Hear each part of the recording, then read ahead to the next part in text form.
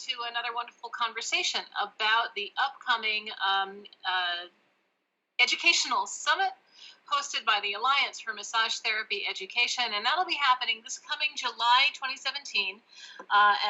That's July 26, 27, 28, 29, and then on the 30th is a post-convention meeting in beautiful Tucson, Arizona.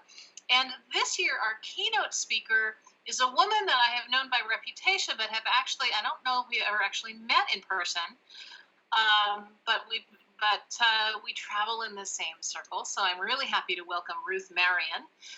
And Ruth will be giving the keynote speech, the keynote address to this year's Alliance meeting. Ruth Marion began dedicating her work life to the massage therapy field when she became director of the Boulder School of Massage Therapy in 1984. Of course, the Boulder School was an icon in our field. And she served there until 1994. She was a member of the AMTA Council of Schools, and she participated in the AMTA project that created COMTA, NCBTMB, and that part that is near and dear to my heart, the Massage Therapy Foundation. Ruth now lives in, are you still in Bozeman? I am. So in Bozeman, Montana, where she is active with her chapter. And Ruth, at this point, I'd love for you to tell us what's the title of your keynote speech, and maybe give us a little sense of why it's important that people hear what you have to say. The title is Let's Get Real. And because I feel that a lot of us as school directors and continuing ed providers and teachers, we're all very busy, and it's very hard to understand exactly what's going on with the profession of massage therapy. It's hard to get the full big picture as well as to be really clear about the details. And so this is an opportunity for us as a group, the people who are in attendance, to look at the big picture and take a look at some very important details about what's going on in the profession of today. And my point being that one of the things that I believe is really holding massage therapy back from its potential to make a huge positive impact on the lives and the health of individuals and our society would be our low educational standards. I would be surprised if you got a lot of pushback on that idea at the Alliance for Massage Therapy Education. So can you say more? I mean, I think we all have different ideas about what those low standards mean, or what improving or increasing the standards for massage therapy would mean individually. Can you say more about your vision of what that looks like? My vision is that the people who are at the top of the profession right now would not be the only people who are working in hospitals, who are participating in research projects, who are writing articles, and who are meeting the expectations of their clients and their employers. So the fact that the vast majority of our graduates of our programs are inadequately prepared means that there is this wonderful potential that only the very, very few of today's practitioners are able to achieve. Uh-huh. And to me, it breaks my heart. It's very hard for me to accept this ongoing limitation on our graduates. They cannot do what those of you who have achieved higher levels of education are able to do in the profession for your clients and for the profession. I have so many follow-up questions for you. I'm having a hard time honing in on just one. Can I tell you about the Boulder College of Massage Therapy? Yes, sure. Oh, as you can imagine, that is something that I feel very strongly about. The Boulder College of Massage Therapy is no longer in business. It was terrible sadness. It's awful. So the Boulder College of Massage Therapy was one of the standard bearers. It was located in a state that didn't have licensing.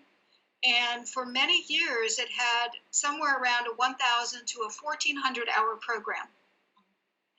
And what happened to the Boulder School is what has happened now to my school. I modeled my curriculum in my school in small Bozeman, Montana, with maybe 40 to 60 students at any given time in a combination of two programs, massage and skincare. I modeled the curriculum after the Boulder School's curriculum, which was a gem. And just like the Boulder School, I have now been informed by the U.S. Department of Education that I must either lose my students' access to federal financial aid, or I must decrease the number of hours in my program from 1,000 to 750, or I will lose access to federal financial aid. And I know that there's a lot of concern about, well, if you have financial aid, then the standard of your students goes down. They're not really high quality people. That is so not true. So not true.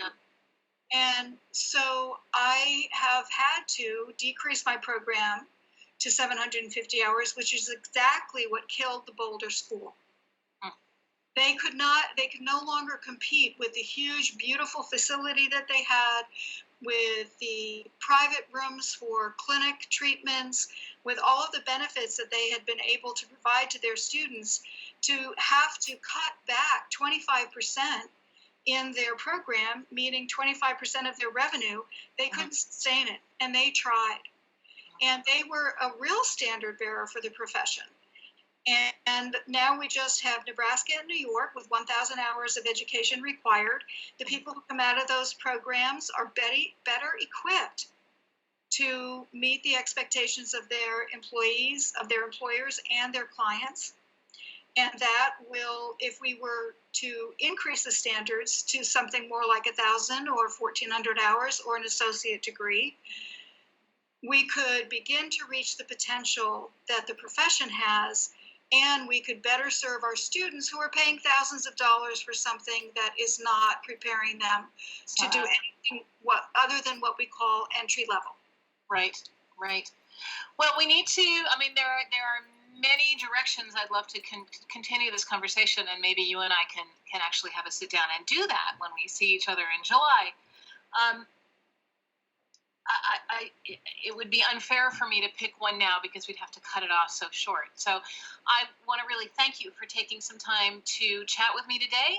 And I am really looking forward to hearing more about this and to engaging in some lively, meaty discussion about what's going on in massage therapy education and how we can work with what we've got to make it, to move us all forward. Right, with small incremental steps that are totally realistic. Totally realistic. Well, let's get real. All right, thank you so much, Ruth Marion, for being with us, and thank you for listening in today. We'll see you in July in Tucson at the Alliance for Massage Therapy Education Educators Summit. Take care. Thank you. Thank you.